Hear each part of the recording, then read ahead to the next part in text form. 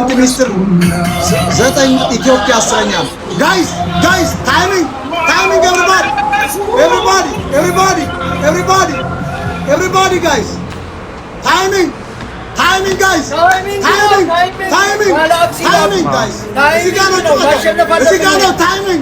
timing guys አንቺ ተቀባጠቡሽ ፋኖ ቢይላል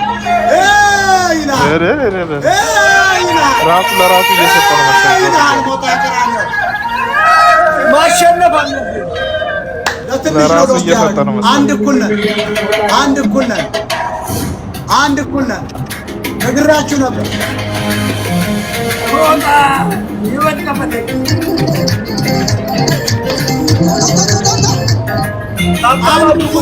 አንድ እኩል ነን ማሸነፍ አለብን አንድ እኩል ነን ይሄ መጨረሻው ጨዋታ ነው እያንዳንዳችሁ በፍጥነት ነው እየተጠጉ ነበር እያላችሁ